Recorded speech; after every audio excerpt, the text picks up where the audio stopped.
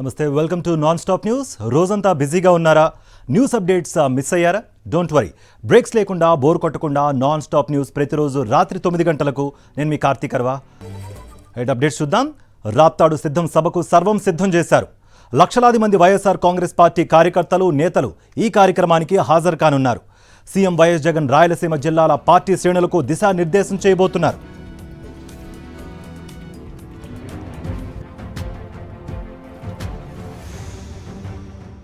సిద్ధం సభలను ప్రతిష్టాత్మకంగా నిర్వహిస్తోంది వైఎస్ఆర్ కాంగ్రెస్ పార్టీ. విశాఖ జిల్లా సాగర తీరాన సంఘీవలసలో నిర్వహించిన సభలో ముఖ్యమంత్రి వైఎస్ జగన్ ఎన్నికల సమర శంఖాన్ని పూరించారు.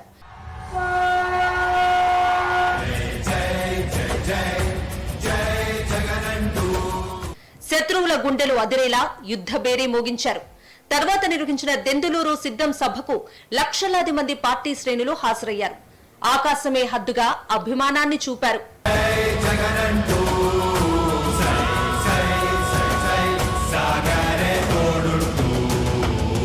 రెండు సభలు సూపర్ హిట్ కావడంతో కుప్పం నుంచి ఇచ్చాపురం దాకా ఎప్పుడెప్పుడా ఎన్నికలని ఉరిమే ఉత్సాహంతో కదం తొక్కుతున్నాయి వైఎస్ఆర్సీపీ పార్టీ శ్రేణులు. ఈ నేపథ్యంలో రాయలసీమ పార్టీ శ్రేణుల కోసం అనంతపురం జిల్లా రాప్తాడులో సిద్ధం సభను ఏర్పాటు చేశారు. రాయలసీమలోని అనంతపురం, కర్నూలు, చిత్తూరు, వైఎస్ఆర్ జిల్లాలకు చెందిన వైఎస్ఆర్ కాంగ్రెస్ పార్టీ నేతలు, కార్యకర్తలు హాజరు కానున్నారు. లక్షలాది మంది వచ్చే సిద్ధం సభ సజావుగా సాగేందుకు అన్ని ఏర్పాట్లు చేసినట్లు YSR Congress party regional coordinator మంత్రి పెద్దిరెడ్డి రామచంద్రారెడ్డి అన్నారు. రాయలసీమలో జరిగే సభకు చాలా ప్రత్యేకత ఉంటుంది. రాయలసీమలో జరిగే సభ కాబట్టి పెద్ద ఎత్తున ఇక్కడ దాదాపు 50 నియోజకవర్గాల నుంచి వైఎస్ఆర్ కాంగ్రెస్ పార్టీ శ్రేణులంతా కూడా పాల్గొంటారు. తప్పకుండా ఇది రాష్ట్ర ఎన్నికలను ప్రభావితం చేయగలుగుతుందని నేను భావిస్తున్నాను. రాప్తాడు బైపాస్ వద్ద బహిరంగ సభకు ఏర్పాట్లు చేశారు. పరిసర ప్రాంతాల్లో 16 చోట్ల వాహనాల పార్కింగ్ కోసం ఏర్పాట్లు చేశారు. హైదరాబాద్, బెంగళూరు జాతీయ రహదారిపై ప్రయాణించే వారికి ఇబ్బంది కలగకుండా బెంగళూరు నుంచి వచ్చే భారీ వాహనాలు కళ్యాణదుర్గం మీదుగా మళ్లిస్తారు. అలాగే హైదరాబాద్ నుంచి బెంగళూరు వైపు వెళ్లే భారీ వాహనాలను ధర్మవరం మీదుగా మళ్లిస్తారు. ఈ ఆంక్షలు భారీ వాహనాలకు మాత్రమే వర్తిస్తుందని పోలీసులు తెలిపారు. సాధారణ ప్రయాణికుల వాహనాలు యథావిధిగా రాప్తాడు హైవేపై వెళ్లవచ్చు. రాప్తాడు సిద్ధం సభకు పెద్ద సంఖ్యలో జనం వస్తారని, ఆ మేరకు అన్ని ఏర్పాట్లు పూర్తి చేసినట్లు CM program coordinator Talasila Raghuram తెలిపారు. ముఖ్యమంత్రి వైఎస్ జగన్మోహన్ రెడ్డి కార్యకర్తలకు దిశానిర్దేశం చేస్తారని రాప్తాడు ఎమ్మెల్యే తోపుదుర్తి ప్రకాష్ రెడ్డి స్పష్టం చేశారు. వైఎస్ఆర్సీపీ పాలనలో అన్ని వర్గాల ప్రజలకు మేలు జరిగిందని, వచ్చే ఎన్నికల్లో జగన్ ప్రభంజనం మరోసారి ఖాయమని ఎమ్మెల్యే తోపుదుర్తి అన్నారు. జగనన్న షర్టు మడత పెడితే అది క్రేజ్ కా బాబ్ జగన్మోహన్ రెడ్డి. ఆయన ముఖ్యమంత్రిగా ఉన్నంత కాలం ఈ సీమకు మేలు జరుగుతూ వస్తుంది. ఈ సీమను ఒక పవర్ జంక్షన్గా మార్చగలుగుతాడు. ఈ సీమను ఒక వాటర్ బ్యాంక్గా మార్చగలుగుతాడు. ఒక ఇండస్ట్రియల్ హబ్గా మార్చగలుగుతాడు. రాప్తాడు సిద్ధం సభకు పోలీసులు కట్టుదిట్టమైన భద్రతా ఏర్పాట్లు చేస్తున్నారు.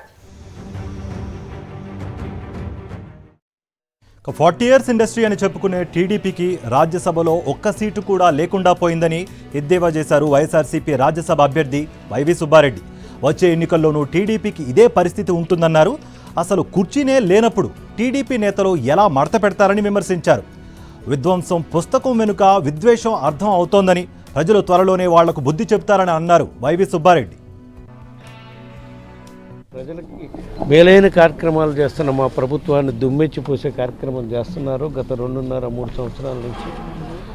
దాంట్లో భాగంగానే విధ్వంసం అని కొత్తగా ఒక ఇది తీసుకొచ్చి, మేమేదో వైఎస్ఆర్ కాంగ్రెస్ పార్టీ అధికారంలోకి వచ్చినాక రాష్ట్రంలో విధ్వంసం ఎక్కువైందని ప్రజల్ని నమ్మించే కార్యక్రమం చేస్తున్నారు. కానీ ప్రజలు నమ్మరు. ప్రజలు వాస్తవాలు గమనిస్తున్నారు.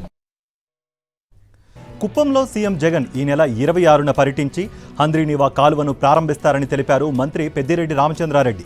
చంద్రబాబు 14 ఏళ్లు ముఖ్యమంత్రిగా పనిచేసిన అధికార పార్టీపై తిట్ల పురాణం తప్ప చేసిన అభివృద్ధి ఏంటో చెప్పలేకపోతున్నారని అన్నారు. అభివృద్ధి, సంక్షేమమే వైఎస్ఆర్సీపీ ప్రభుత్వ విధానమని స్పష్టం చేశారు. 26వ తేదీ కుప్పంకి వస్తామన్నాడు ముఖ్యమంత్రి గారు హంద్రీనీవా నీళ్లు వదలడానికి. 14 సంవత్సరాలు ఆయన హంద్రీనీవా కాలువను కూడా తోకలేదు. అది కూడా ఈరోజు మన ముఖ్యమంత్రి గారే పూర్తి చేసి దాన్ని ప్రారంభించడానికి కూడా వస్తూ ఉన్నారు. మరి ఇలాంటి విషయాలన్నీ కూడా ప్రజల ముందుకు తీసుకెళ్తాం. మేము ప్రధాన అస్త్రం మాది అభివృద్ధి సంక్షేమం, వారిది తిట్ల పురాణం తప్ప ఇంకేదీ లేదు. మా ప్రభుత్వం చేసిన పనులకు మంచి ఫలితాలు వస్తాయని చెప్పి నేను భావిస్తున్నాను. లోకేష్పై మంత్రి గుడివాడ అమర్నాథ్ తీవ్ర స్థాయిలో విమర్శలు గుప్పించారు. సీఎం జగన్ దెబ్బకు లోకేష్ నాలుక, చంద్రబాబు కుర్చీ ఎప్పుడో మడత పడిపోయిందని అన్నారు. లోకేష్ నాలుక మడత తీస్తే కనీసం పదాలైనా సరిగ్గా పలుకుతారని ఎద్దేవా చేశారు. లోకేష్ ఎంత సీరియస్నెస్ క్రియేట్ చేసినా అతని ఫేస్కి సూట్ అవ్వదని సెటైర్లు వేశారు అమర్నాథ్. ముందు నాలుగు ఉన్నటువంటి మడత తీసేస్తే కనీసం పదాలన్నీ బయటికి బాగా వస్తాయి. మడత పెట్టాల్సింది మడత పెట్టేసి ఇప్పుడు నేను కుర్చీ మడత పెడతానంటే ఏం ఉపయోగం చెప్పు? జగన్మోహన్ రెడ్డి గారి దెబ్బకి నీ నాలుగు మడత పడిపోయింది, జగన్మోహన్ రెడ్డి గారి దెబ్బకి మీ నాన్న కుర్చీ మడత పడిపోయింది. నీ కుర్చీని ఎప్పుడో 2019లోనే మడత పెట్టేశాం, మళ్ళీ ఇంకోసారి మడత పెట్టుకోవడానికి ఇంకా 60 రోజుల సమయం ఉంది. అది కూడా మడత పెట్టేస్తే ఇంకా నువ్వు, మీ నాన్న, నీ కొడుకు అందరూ కలిసి అన్ని మడత పెట్టుకొని ఆ ఎర్ర పుస్తకం కూడా ఎక్కడో దగ్గర మడత పెట్టుకొని ఎక్కడ పెట్టుకొని మీ నాన్న చెప్తాడు, అది కూడా అక్కడ పెట్టేసుకో. వచ్చే ఎన్నికల్లో వైఎస్ఆర్సీపీని మరోసారి అధికారంలోకి తీసుకురావడమే లక్ష్యమన్నారు మంత్రి ధర్మాన కృష్ణదాస్. ఎన్నికలకు సమయం దగ్గర పడుతోందని, ఈ 2 నెలల్లో కూడా వైవి సుబ్బారెడ్డితో కలిసి నిబద్ధతతో పనిచేస్తామని అన్నారు. రామ్మోహన్, అచ్చెన్నాయుడుకు ప్రగల్భాలు పలకడం అలవాటైపోయిందని విమర్శించారు. వచ్చే ఎన్నికల్లో వైఎస్ఆర్సీపీ భారీ మెజారిటీతో గెలవడం ఖాయమన్నారు ధర్మాన. వాళ్ళకి గెలిచే పరిస్థితులు ఏం లేవు, వాళ్ళ ప్రభుత్వం వచ్చేది అంతకుండా లేదు. ఉత్తర కుమార్ ప్రగల్భాలు పలకడం అన్నది అలవాటు అయిపోయింది వాళ్ళకి. ఈవేళ కాదు రేపు, నిన్న మొన్న గతంలో కూడా ఇటువంటి మాటలే చెప్పారు. కేవలం 23 స్థానాలకే పరిమితం అయ్యారు. రేపు ఎన్నిక ఎప్పుడు జరిగినా కూడా జవాబుదారీగా ఉన్నటువంటి పాలన ప్రజల ఆకాంక్షలకు అనుగుణంగా పరిపాలన సాగుతోంది. ఖచ్చితంగా వైఎస్ఆర్ పార్టీ అధికారంలోకి రావడం ఖాయం. ఈ అచ్చెన్నాయుడిది, రామ్మోహన్ నాయుడిది కేవలం భ్రమే తప్ప వాళ్ళు ఏమీ చేయగలిగింది ఏమి ఉండదు. వాళ్ళ ప్రభుత్వం వచ్చేది అంతకుండా లేదు. ప్రతిపక్షాలపై ఏపీ మంత్రి పి రాజన్న దొర తీవ్ర స్థాయిలో ఫైర్ అయ్యారు. రాజకీయ పరిస్థితులను బట్టి ఎవరి సర్వేలు వారే చేసుకుంటున్నారని, దానిపై కూడా ప్రతిపక్షాలు బురద జల్లే ప్రయత్నం చేస్తున్నారని మండిపడ్డారు. ఏ ప్రాంతానికి అన్యాయం జరగకూడదనే ఉద్దేశంతోనే 3 రాజధానులను సీఎం జగన్ ముందుకు తీసుకొచ్చారని అన్నారు రాజన్న దొర. జగన్మోహన్ రెడ్డి గారు సమన్యాయము, సమభావము, సమధర్మం ఈ 3 కూడా ఉండాలంటే 3 ప్రాంతాలు సమానంగా అభివృద్ధి చెందాలనే ఆలోచనతో 3 విధాలుగా ఆలోచించారు. దాన్ని రకరకాలుగా సృష్టించి జగన్మోహన్ రెడ్డి మీద కావచ్చు, మా పార్టీ మీద కావచ్చు, లేదంటే మా ప్రభుత్వం మీద కావచ్చు, బురద జల్లాలని ప్రతిపక్షాలు కావచ్చు, మరి ఇంకొకరు కావచ్చు విమర్శ చేయడం సహజం. కానీ న్యాయము, ధర్మము ఇక్కడ ఉన్నది. సమన్యాయము, సమపాలన అనేది జరగాలంటే ఇదే కరెక్ట్ అనేది ప్రజలు భావిస్తున్నారు. ఎల్లో మీడియాను అడ్డం పెట్టుకుని కృష్ణపట్నం పోర్టుపై సోమిరెడ్డి దుష్ప్రచారానికి పాల్పడ్డారని మండిపడ్డారు మంత్రి కాకాణి గోవర్ధన్ రెడ్డి. కంటైనర్ టెర్మినల్ తరలిపోతుందంటూ రాద్ధాంతం చేశారని, నిన్న వెజల్ నుంచి కంటైనర్లను అన్లోడ్ చేస్తా మాట పడిపోయిందని అన్నారు. సోమిరెడ్డి తన స్వార్థ ప్రయోజనాల కోసం అభివృద్ధిని అడ్డుకుంటున్నారని ఆగ్రహం వ్యక్తం చేశారు. కృష్ణపట్నం పోర్టుకి సంబంధించి కంటైనర్ టెర్మినల్ సేవలు ఏదైతే ఉన్నాయో అవి కొనసాగుతాయని పదే చెప్పడం జరిగింది. అయితే చంద్రమోహన్ కొన్ని పత్రికలు కొన్ని కాగితాలు తీసుకొచ్చి కంటైనర్ సేవలు నిలిపివేస్తున్నారు అని రకరకాలైనటువంటి ప్రచారం, కాదు దుష్ప్రచారం, అంటే ఉన్నది లేనట్టుగా లేనిది ఉన్నట్టుగా చేసేటువంటి ప్రచారాన్ని దుష్ప్రచారం అంటాం. దుష్ప్రచారం చేయడం జరిగింది. 10 కోట్లకు నువ్వు ఆశపడి ఒక సంస్థ ఈరోజు అభివృద్ధి చెందుతుంటే పోర్టు, దాని మీద నువ్వు లంచం కోసమో లేకపోతే నీ అవినీతికో లేకపోతే నువ్వు చందాలకో వాళ్ళ మీద అబండాలు వేసి ఆ పోర్టును మూసేస్తే నీకు కనీసం ఆ రోజు జీజారావు చెప్పినటువంటి మాట ఒక్కసారి నువ్వు గుర్తు తెచ్చుకుంటే తల్లి లాంటి పోర్టు మీద నువ్వు అభండాలు వేస్తున్నావు, గుర్తుంచుకొని అన్నాడు ఆయన. ఏబిఎన్ రాధాకృష్ణకు MLA Vellampalli Srinivasarao open challenge విసిరారు. తనపై రాసిన రాతలపై చర్చకు సిద్ధంగా ఉన్నానని సవాల్ చేశారు. రాధాకృష్ణకు దమ్ముంటే చర్చకు రావాలన్నారు. అలాగే రాధాకృష్ణకు ధైర్యం ఉంటే విజయవాడ సెంట్రల్లో తనపై పోటీ చేసి గెలవాలన్నారు. కాపుల వ్యతిరేక పత్రిక ఆంధ్రజ్యోతి అని మండిపడ్డారు వెల్లంపల్లి. రాధాకృష్ణ, దమ్ముంటే నువ్వు సెంట్రల్ నియోజకవర్గంలో పోటీ చేయి, నీ సత్తా ఏంటి నా సత్తా ఏంటి చూస్తా, అంతే తప్ప దొడ్డిదారుల రాతలు రాయడాలు, కాపులకు వ్యతిరేకి, వాళ్ళకు వ్యతిరేకి, నువ్వు వ్యతిరేకి కాపులకి. చిరంజీవిని ఎంతో మంది నువ్వు నీ ఆంధ్రజ్యోతి పేపర్లో, ఇదే పవన్ కళ్యాణ్ నువ్వు ఆంధ్రజ్యోతిలో తిట్టిన రోజు లేవా? కాపు వ్యతిరేకి ఆంధ్రజ్యోతి పేపరు, గుర్తుపెట్టుకోండి. వైఎస్ఆర్సీపీ నుంచి పార్టీ ఫిరాయించిన 4 ఎమ్మెల్యేలకు వివరణ ఇచ్చేందుకు అసెంబ్లీ స్పీకర్ ఇంకో అవకాశం ఇచ్చారు. అనర్హత పిటిషన్ విచారణలో భాగంగా తమ ఎదుట హాజరు కావాలని మరోసారి నోటీసులు జారీ చేశారు. అయితే నోటీసుల్లో ఇదే తుది విచారణగా పేర్కొన్నారు. వైఎస్ఆర్సీపీ నుంచి నెగ్గి పార్టీ ఫిరాయించి టీడీపీలోకి వెళ్లిన మేకపాటి చంద్రశేఖర్ రెడ్డి, ఆనం రామనారాయణ రెడ్డి, కోటంరెడ్డి శ్రీధర్ రెడ్డి, ఉండవెల్లి శ్రీదేవిలకు ఇప్పటికే 3 సార్లు విచారణకు హాజరు కావాలని నోటీసులు ఇచ్చారు. అయితే సాంకేతిక వ్యక్తిగత కారణాలని సాకుగా చూపిస్తూ పూర్తిస్థాయి విచారణలో పాల్గొనకుండా సాగదీస్తూ వస్తున్నారు ఈ నలుగురు. దీంతో ఈ నెల 19వ తేదీన విచారణకు హాజరు కావాల్సిందేనని స్పీకర్ కార్యాలయం నోటీసులు జారీ చేసింది. త్వరలో విశాఖ నుంచే పరిపాలన జరుగుతుందన్నారు Uttarandhra regional coordinator YV Subba Reddy. రాష్ట్రంలో అతిపెద్ద వైఎస్ఆర్సీపీ జెండాను ఆవిష్కరించారాయన. ఇక పరిపాలనా రాజధానిలో అతిపెద్ద జెండాను ఆవిష్కరించడం సంతోషంగా ఉందన్నారు. కోర్టులో చిన్న అడ్డంకులు ఉండడం వల్ల పరిపాలనా రాజధానిగా విశాఖ ఆలస్యమైందన్నారు. ఇక కేసులు వేసి విశాఖను పరిపాలనా రాజధానిగా అడ్డుకుంది చంద్రబాబే అని మండిపడ్డారు. జనసేన టీడీపీలకు అభ్యర్థులు దొరికే పరిస్థితి లేదని, బాబు ఎన్ని పొత్తులు పెట్టుకున్నా ప్రజలు నమ్మరన్నారు సుబ్బారెడ్డి. ఇక విశాఖ జిల్లా పెందుర్తి, భీమిలి నియోజకవర్గాల్లో నారా లోకేష్ చేపట్టిన శంఖారావం యాత్ర అట్టర్ ఫ్లాప్ అయింది. లోకేష్ సభకు ప్రజల నుంచి స్పందన కరువైంది. కుర్చీలన్నీ ఖాళీగా దర్శనమిచ్చాయి. శంఖారావం యాత్రలో జనం లేకపోవడంతో లోకేష్ తన వాహనంలోనే కూర్చుండిపోయారు. లోకేష్ యాత్ర రాష్ట్ర స్థాయి కార్యక్రమంలా కాకుండా ఓ వార్డు కార్యక్రమంలా జరుగుతోంది. విజయనగరం జిల్లా శృంగవరపుకోట నియోజకవర్గం టీడీపీలో విభేదాలు బయటపడ్డాయి. లోకేష్ శంఖారావం కార్యక్రమంలో నియోజకవర్గం ఇన్ఛార్జ్ కోళ్ల లలిత, రాష్ట్ర కార్యదర్శి గొంప కృష్ణ వర్గాల మధ్య వాగ్వాదం చోటు చేసుకుంది. లోకేష్ను కలిసేందుకు గొంప వర్గీయులు వెడుతుండగా ఇన్ఛార్జ్ లలిత కుమారి వర్గం నేతలు అడ్డుకోవడంతో వివాదం తలెత్తింది. దీంతో గొంప వర్గీయులు నినాదాలతో హోరెత్తించగా లలిత వర్గీయులు వెనుక్కు తగ్గడంతో గొడవ సద్దుమణిగింది.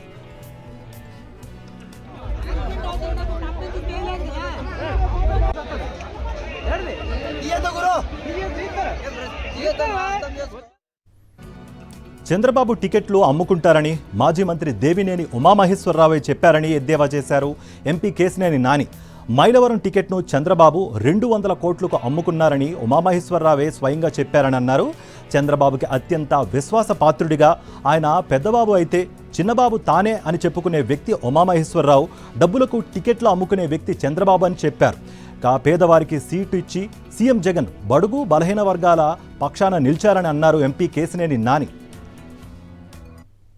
ఇప్పుడు వరకు మీరు చరిత్ర చూసారు, 52 నుంచి మైలవరం కాన్స్టిట్యూన్సీలో ఎన్నికలు జరుగుతున్నాయి, అసెంబ్లీ ఎన్నికలు. మొత్తం అంతా కూడా ఇవాళ వరకు కూడా కమ్ ఎమ్మెల్యేలే చేశారు, అవునా? అగ్రవర్ణాలే ఇక్కడ చేశారు. ఇవాళ 200 కోట్లు దేవినేని ఉమామహేశ్వరరావుకి టికెటే అమ్మేసుకుంటున్నాడు చంద్రబాబు నాయుడు గారు అంటే నా సంగతి మీకు ఎటా తెలుసు. అది మీ అందరికీ విదితమే. పార్లమెంట్ టికెట్ ఇవాళ తిరుపతిరావు గారిని ఒక సామాజికంగా, ఆర్థికంగా అన్ని రకాలుగా వెనకబడి పార్టీ కమిట్మెంట్తో ఉన్నటువంటి సామాన్య కార్యకర్తని ఒక ప్రజాప్రతినిధిగా చేయాలంటే అది ఒక్క జగన్ గారి వల్లే సాధ్యం. రాజ్యసభలో టీడీపీ ఎలా అడ్రస్ గల్లంతైందో రానున్న ఎన్నికల్లో అసెంబ్లీలో కూడా అలానే కనిపించకుండా పోతుందని జోసెన్ చెప్పారు CM program coordinator Talasila Raghuram. కార్యకర్తలను ఎన్నికలకు సమాయత్తం చేసేందుకు సీఎం జగన్ చేసిన వ్యాఖ్యలను చంద్రబాబు అండ్ టీం వక్రీకరిస్తోందని ఆగ్రహం వ్యక్తం చేశారు తలశిల. విపక్షాలన్నీ ఏకమైన జగన్ మళ్లీ సీఎం కావడం తథ్యమన్నారు. జగన్మోహన్ రెడ్డి గారు ఎన్నికలకి కార్యకర్తలను సమాయత్తం చేయడం కోసం, వాలంటీర్లను సమాయత్తం చేయడం కోసం చొక్కా పడత పెట్టమంటే కొంతమంది దానికి వక్ర భాష్యాలు చెప్తా కుర్చీలు మడత పెడతాం, ఇంకేదో మడత పెడతాం అన్నారు. వాళ్ళందరికీ ఒకటే చెప్తున్నా, సాక్షాత్తు తెలుగుదేశం పార్టీ అధ్యక్షుడు అచ్చెన్నాయుడు గారు మాకు 50 మంది ఎమ్మెల్యేలు టచ్లో ఉన్నారు, ఆల్రెడీ మేము 23 మంది ఉన్నాం అన్నారు. మరి రాజ్యసభ ఎన్నికల్లో ఎందుకు తోక ముడిచారు? మీ ప్రలాపనలన్నీ ఇదే విధంగా ఉంటాయి. చివరికి మీరు అన్ని రంగాల్లో పారిపోవడమే. మీరు కుర్చీలు పట్టుకుంటే వైఎస్ఆర్ కాంగ్రెస్ పార్టీ కార్యకర్తలు ఏదైనా చేయగలరు. మాది leader based party. Jaganmohan Reddy గారి కోసం ప్రాణాలు అర్పించే కార్యకర్తలు ఇక్కడ ఉంటారు. అనవసరపు వృధా ప్రసంగాలు చేయొద్దు. టీడీపీ నేత మాజీ ఎమ్మెల్యే బోండా ఉమాపై YCP legal cell team Vijayawada police కమిషనర్కు ఫిర్యాదు చేసింది. CM YS Jagan MLA Vellampalli శ్రీనివాసరావుపై అనుచిత వ్యాఖ్యలు చేసి వారి పరువుకు భంగం కలిగేలా బోండా ఉమా వ్యవహరించారంటూ ఫిర్యాదులో పేర్కొన్నారు. చట్టం ప్రకారం బోండా ఉమాపై చర్యలు తీసుకోవాలంటూ వైసీపీ లీగల్ సెల్ సభ్యులు పోలీస్ కమిషనర్ను కోరారు. పదే పదే సీఎం జగన్పై చేసే వ్యాఖ్యలు మానుకోకపోతే బోండా ఉమాకు వైసీపీ లీగల్ సెల్ సత్తా ఏంటో చూపిస్తామని, ప్రైవేట్ కేసులు వేసి కోర్టుకు లాగుతామని హెచ్చరించారు వైసీపీ లీగల్ సెల్ ప్రతినిధులు.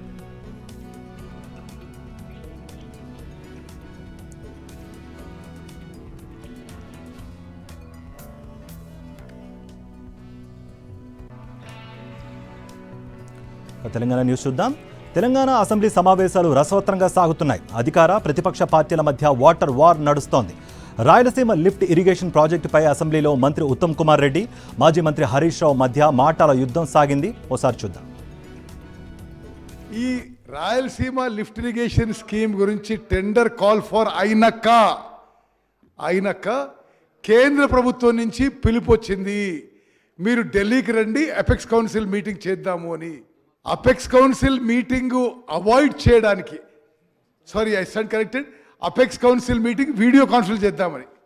వీడియో కాన్ఫరెన్స్లో అర్ధగంట మీటింగ్ చేసి ఆ రోజు ఆ ముఖ్యమంత్రి కేసీఆర్ గారు అబ్జెక్షన్ చెప్పుంటే టెండర్ ప్రక్రియ ఆగిపోయేది.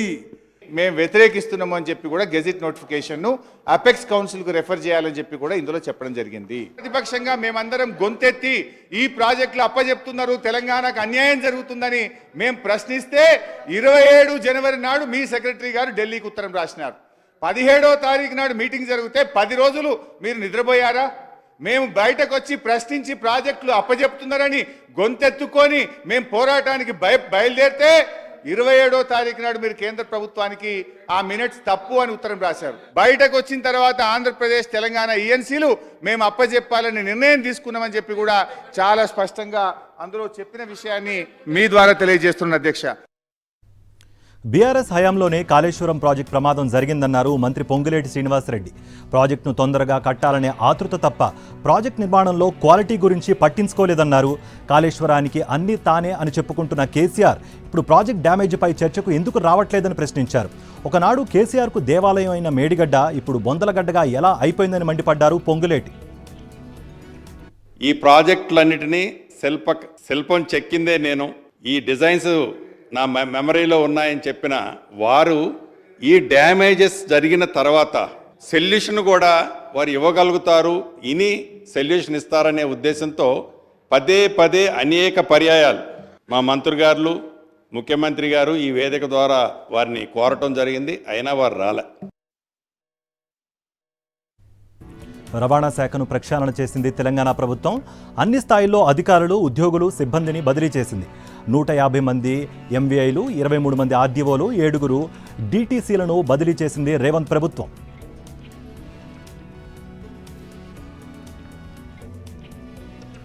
కాంగ్రెస్లోకి వెళుతున్నారన్న వార్తలను ఈటెల రాజేందర్ ఖండించారు. పట్నం మహేందర్ రెడ్డి, మైనంపల్లి హనుమంతరావుతో ప్రత్యేకంగా భేటీ కాలేదని సాక్షి ప్రతినిధులకు వివరించారాయన. మన్సూరాబాద్ కార్పొరేటర్ నరసింహారెడ్డి గృహప్రవేశ కార్యక్రమంలో వారితో పాల్గొన్న ఫోటోలను కొందరు ప్రచారం చేస్తున్నారని ఈటెల అన్నారు. వారిని రాజకీయ సందర్భంలో కలవలేదని వివరణ ఇచ్చారు. ప్రస్తుతం తాను ఢిల్లీలో జరుగుతున్న బీజేపీ జాతీయ కౌన్సిల్ సమావేశాల్లో ఉన్నానని ఈటెల తెలిపారు. పార్టీ మారుతున్నట్లు జరుగుతున్న అబద్ధాల ప్రచారాన్ని నమ్మవద్దన్నారు.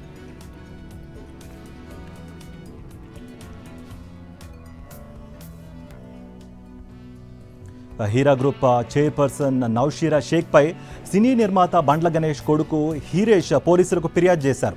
హైదరాబాద్లోని నౌషీరా షేక్కు చెందిన ఓ ఇంట్లో బండ్ల గణేష్ కొడుకు హీరేష్ అద్దెకుంటున్నారు. ఇంటిని అమ్మాలని భావిస్తున్నట్లు నౌషీరా షేక్ చెప్పడంతో అదే ఇంటిని కొనుగోలు చేయడానికి బండ్ల హీరేష్ 3 కోట్ల రూపాయలు చెల్లించాడు. ఆయన కొనుగోలు చేసిన ఇల్లు ఈడీ జప్తులో ఉందని తెలుసుకున్న బండ్ల హీరేష్ తన డబ్బు తిరిగి ఇవ్వాలని నౌషీరా షేక్పై ఒత్తిడి చేశాడు. దీంతో ఆమె ఇల్లు ఖాళీ చేయాలని హుకుం జారీ చేయడంతో ఫిలింనగర్ పోలీసులను ఆశ్రయించాడు. బండ్ల హీరేష్ ఫిర్యాదుతో నౌషీరాపై కేసు నమోదు చేశారు పోలీసులు.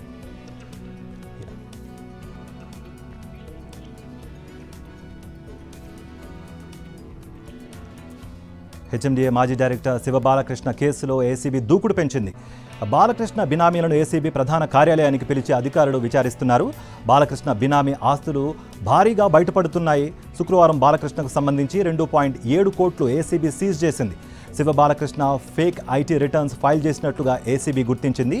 శివ బాలకృష్ణ భార్య రఘుదేవి పేరుతో దేవి శారీ సెంటర్, మరదలు అరుణ పేరుతో సౌందర్య బొటిక్, సౌందర్య రెడీమేడ్ డ్రెస్సెస్ పేరుతో నకిలీ సంస్థలు ఏర్పాటు చేశారు. 2 షెల్ కంపెనీలు ఏర్పాటు చేసి ఐటీ రిటర్న్స్ ఫైల్ చేశారు శివబాలకృష్ణ, ఆయన సోదరుడు నవీన్. బాలకృష్ణ కూతురు పద్మావతి హోమ్ ట్యూషన్స్ పేరుతో ఐటీ రిటర్న్స్ ఫైల్ చేశారు బాలకృష్ణ. తమ భూములపై బాలకృష్ణ అక్రమంగా అనుమతులు జారీ చేశాడంటూ ఏసీబీ డీజీ సివి ఆనంద్కు పలువురు బాధితులు ఫిర్యాదు చేశారు. విశాఖ స్టీల్ ప్లాంట్లో అగ్ని ప్రమాదం జరిగింది. సిపిపి 3లో మంటలు చెలరేగాయి. వెంటనే సమాచారం అందుకున్న అగ్నిమాపక సిబ్బంది మంటల్ని అదుపులోకి తీసుకొచ్చారు.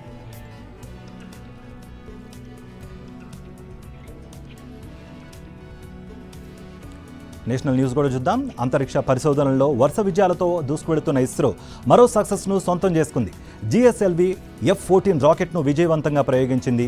శ్రీహరికోటలోని సతీష్ ధావన్ స్పేస్ సెంటర్ నుంచి నిప్పులు చెరుగుతూ నింగిలోకి దూసుకువెళ్లింది జిఎస్ఎల్వి F-14. 2275 కిలోల బరువు గల ఇన్సాట్ 3DS శాటిలైట్ను నిర్ణీత కక్షలో సక్సెస్ఫుల్గా ప్రవేశపెట్టింది. To announce the successful accomplishment of the mission GSLV F-14 INSAT 3DS. The spacecraft has been injected into a very good orbit. The injection conditions were as expected, and we also noted that the vehicle has performed very, very well.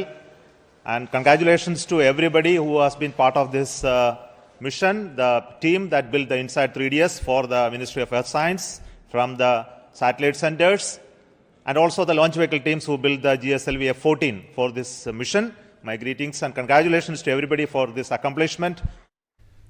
2029 Lok Sabha ఎన్నికల్లో Bharatiya Janata party నుంచి దేశానికి విముక్తి కల్పిస్తామని అన్నారు Delhi CM Arvind Kejriwal.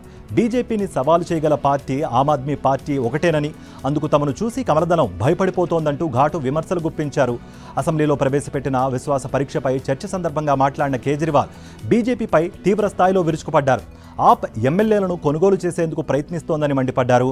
Aam Aadmi ప్రభుత్వంపై CM Kejriwal ప్రవేశపెట్టిన విశ్వాస తీర్మానం మూజువాణి ఓటుతో అసెంబ్లీ ఆమోదం పొందింది. ఓటింగ్ సందర్భంగా 62 మంది ఆమ్ ఆద్మీ పార్టీ ఎమ్మెల్యేలు, 54 మంది సభలో ఉన్నారు. లోక్సభ ఎన్నికల వేళ మధ్యప్రదేశ్లో కాంగ్రెస్ పార్టీకి భారీ షాక్కు రంగం సిద్ధమైంది. మాజీ ముఖ్యమంత్రి కమల్నాథ్ బీజేపీలో చేరుతారన్న వార్తలు జోరందుకున్నాయి. ఢిల్లీ చేరుకున్న కమల్నాథ్ బీజేపీ పెద్దలతో చర్చలు జరుపుతున్నట్టుగా సమాచారం. కమల్నాథ్ బీజేపీ వైపు చూస్తున్నారన్న వార్తలు గత కొంతకాలంగా వినిపిస్తున్నాయి. ఎంపీ నకుల్నాథ్ ట్విట్టర్ బయో నుంచి కాంగ్రెస్ పార్టీ పేరును తొలగించడం ఈ వార్తలకు బలం చేకూర్చినట్లయింది. మహారాష్ట్రలో పవార్ వర్సెస్ పవార్ పోరు రసవత్రంగా మారుతోంది. బారామతిలో చెల్లెలు సుప్రియా సూలేకు పోటీగా అభ్యర్థిని నిలబెట్టేందుకు రెడీ అయ్యారు డిప్యూటీ సీఎం అజిత్ పవార్. భార్య సునేత్రా పవార్ బరిలో దిగుతారనే ప్రచారం జరుగుతోంది. ఈ నేపథ్యంలో బారామతిలో సునేత్రా పవార్ పోస్టర్లు హాట్ టాపిక్గా మారాయి. 2019 లోక్సభ ఎన్నికల్లో మావల్ నుంచి పోటీ చేసి పరాజయం పాలయ్యారు సునేత్రా పవార్. బారామతి ఎన్సీపీ కంచుకోట. 2009 నుంచి ఈ లోక్సభ స్థానానికి ప్రాతినిధ్యం వహిస్తున్నారు సుప్రియా సూలే. సునేత్రా పవార్ పోటీ వార్తలపై స్పందించిన సూలే ప్రజాస్వామ్యంలో ఎవరు ఎక్కడి నుంచైనా పోటీ చేయవచ్చునని వ్యాఖ్యానించారు. Democracy, so everybody has a right to contest. So I think it's a fair thing to say, but it's very unfortunate and painful that the temple of democracy is Parliament. And yesterday, the way parliamentary procedures were mocked is very, very unfortunate and very, very painful for committed and dedicated people like us. I was very, very surprised and disappointed that somebody as a senior citizen, a senior leader like Shri Ajit Pawar to say something like that. Lok Sabha ఎన్నికల్లో అత్యధిక స్థానాలు కైవసం చేసుకోవడమే లక్ష్యంగా వ్యూహాలను పదును పెడుతోంది Bharatiya Janata party. ఢిల్లీలోని భారత మండపంలో బీజేపీ జాతీయ కార్యవర్గం భేటీ అయింది. 2 రోజుల పాటు జరిగే ఈ సమావేశాలను ప్రారంభించారు ప్రధానమంత్రి నరేంద్ర మోదీ. ఆదివారం బీజేపీ శ్రేణులను ఉద్దేశించి ఆయన ప్రసంగిస్తారు. బీజేపీ సొంతంగా 370, ఎన్డీఏ కూటమి 400కు పైగా స్థానాలు గెలుచుకోవడమే లక్ష్యంగా నేతలకు దిశానిర్దేశం చేయనున్నారు. కార్యవర్గ సమావేశాల వేదికగా 2024 ఎన్నికలకు పార్టీ ప్రధానమంత్రి అభ్యర్థిగా నరేంద్ర మోదీ పేరును మరోసారి ప్రకటించనున్నారు బీజేపీ జాతీయ అధ్యక్షుడు జేపీ నడ్డా. బీజేపీ ప్రచార రథసారథిగా ఎన్నుకోనున్నారు. బీజేపీ కార్యవర్గ సమావేశాల్లో ప్రారంభ ఉపన్యాసం చేసిన పార్టీ జాతీయ అధ్యక్షుడు జేపీ నడ్డా ఎన్డీఏ కూటమికి 400 సీట్లే లక్ష్యంగా పనిచేయాలని శ్రేణులకు పిలుపునిచ్చారు. ప్రధాని మోదీ నేతృత్వంలో కేంద్రం హ్యాట్రిక్ కొట్టడం ఖాయమని ధీమా వ్యక్తం చేశారు. మద్యం కుంభకోణానికి సంబంధించి కేసులో రౌజ్ ఎవెన్యూ కోర్టులో వర్చువల్గా హాజరయ్యారు ఢిల్లీ ముఖ్యమంత్రి అరవింద్ కేజ్రీవాల్. అసెంబ్లీలో విశ్వాస పరీక్ష కారణంగా వ్యక్తిగత హాజరు నుంచి మినహాయింపు కోరారు. ఈ నేపథ్యంలో తదుపరి విచారణను మార్చి 16వ తేదీకి వాయిదా వేసింది ఢిల్లీ కోర్టు. ఆ రోజు నేరుగా హాజరు కావాలని ఆదేశాలిచ్చింది. లిక్కర్ పాలసీ స్కామ్ కేసులో వరుసగా 5 సార్లు విచారణకు గైరు హాజరవ్వడంతో దర్యాప్తును కేజ్రీవాల్ సహకరించడం లేదని కోర్టులో ఫిర్యాదు చేసింది ఈడీ. దీనిపై విచారణ జరిపిన ప్రత్యేక న్యాయస్థానం సీఎంకు సమన్లిచ్చింది. తమిళనాడులోని విరుదునగర్లో విషాదం చోటు చేసుకుంది. ఓ బాణసంచ ఫ్యాక్టరీలో పేలుడు సంభవించి 10 మంది మరణించారు. మృతుల్లో 5 మహిళలున్నారు. ఈ ఘటనలో గాయపడ్డ మరో 6 శివకాశి ప్రభుత్వ ఆసుపత్రిలో చికిత్స పొందుతున్నారు. సమాచారం అందుకున్న ఫైర్ సిబ్బంది ఘటనా స్థలానికి చేరుకుని సహాయక చర్యలు చేపడుతున్నారు. ప్రమాద సమయంలో ఫ్యాక్టరీలో 200 మంది కార్మికులు ఉన్నట్లుగా తెలుస్తోంది. బిజినెస్ అప్డేట్స్ కూడా చూద్దాం. ఐసిఐసిఐ బ్యాంక్ ఎంపిక చేసిన కొన్ని కాల వ్యవధులపై వడ్డీ రేట్లను 10 బేసిస్ పాయింట్లు వరకు పెంచింది. 7 రోజుల నుంచి 29 రోజుల డిపాజిట్పై సాధారణ డిపాజిటర్లు 3% కనీస వడ్డీ పొందుతారు. ఇదే డిపాజిట్పై సీనియర్ సిటిజన్స్ 3.50% వడ్డీ అందుతుంది. ఇక ఒక సంవత్సరం ఎఫ్డీపై డిపాజిటర్లు 6.7% పొందనుండగా సీనియర్ సిటిజన్లు 7.2% వడ్డీ అందుకుంటారు. 15 నెలల ఎఫ్డీపై సాధారణ డిపాజిటర్లు గరిష్టంగా 7.2% పొందనుండగా సీనియర్ సిటిజన్లు ఇదే కాల వ్యవధి ఎఫ్డీపై గరిష్టంగా 7.75% వడ్డీని బ్యాంక్ చెల్లించనుంది. Sports updates. రాజ్కోట్ టెస్ట్లో భారత్ భారీ ఆధిక్యం దిశగా దూసుకువెళుతోంది. 3వ రోజు ఆట ముగిసే సమయానికి 2వ ఇన్నింగ్స్లో భారత్ 2 వికెట్లు కోల్పోయి 196 పరుగులు చేసింది. దీంతో ప్రస్తుతం భారత్ 322 పరుగుల ఆధిక్యంలో ఉంది. యంగ్ బ్యాటర్ యశస్వి జైస్వాల్ సెంచరీతో అదరగొట్టాడు. జైస్వాల్ ఎడాపెడా బౌండరీలు బాదుతూ స్కోర్ బోర్డును పరుగులు పెట్టించాడు. ప్రస్తుతం క్రీజ్లో శుభ్మన్ గిల్, కుల్దీప్ యాదవ్ ఉన్నారు. భారత్ బౌలర్లలో మహమ్మద్ సిరాజ్, కుల్దీప్ యాదవ్, రవీంద్ర జడేజా చెరో 2, బుమ్రా, రవిచంద్రన్ అశ్విన్ తలో వికెట్ దక్కించుకున్నారు. ఇంగ్లాండ్ బౌలర్లలో జో రూట్, టామ్ హాట్లీ తలో వికెట్ దక్కించుకున్నారు. ఇక 4వ రోజు ఆట ఇరు జట్లకు అత్యంత కీలకం కానుంది.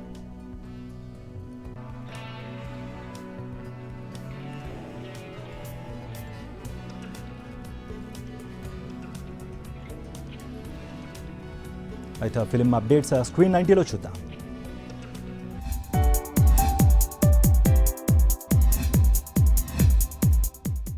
తొందరలో వార్ 2 మూవీ షూటింగ్ ప్రారంభం కాబోతోంది. హృతిక్ రోషన్ ఈ షూటింగ్ లో పాల్గొనబోతున్నాడు. 2 వారాల తర్వాత ఎన్టీఆర్ జాయిన్ కాబోతున్నాడట. శ్రీసింహ సత్య ప్రధాన పాత్రలో నటించిన మూవీ మత్తు వదలరా. ఈ మూవీ మంచి విజయం సాధించింది. ఇక ఈ మూవీ 2వ భాగానికి కూడా రంగం సిద్ధమైంది. తొందరలో షూటింగ్ ప్రారంభం కాబోతోందట. ప్రభాస్, నాగశ్విన్ దర్శకత్వంలో రూపొందిన కల్కి మూవీకి భారీగా ప్రీ రిలీజ్ బిజినెస్ జరుగుతోందట. నైజాం ఏరియా రైట్స్ 75 కోట్లకు అమ్ముడుపోయాయట. ఒకే పాత్రతో సామాజిక సందేశంతో రూపొందిన చిత్రం నేటి భారతం. ఈ మూవీ ట్రైలర్ లేటెస్ట్ గా విడుదలైంది. భరత్ పారేపల్లి దర్శకత్వం చేసిన మూవీలో డాక్టర్ ఎర్ర శ్రీధర్ రాజు నటించారు. రోజంతా మీరు బిజీగా ఉంటున్నారా? మీ చుట్టూ ఏం జరుగుతోందో తెలుసుకోలేకపోతున్నారా? డోంట్ వరీ, రోజు రాత్రి 9 గంటలకు రెడీగా ఉండండి. సాక్షి టీవీ మీకు నాన్ స్టాప్ న్యూస్ అందిస్తుంది.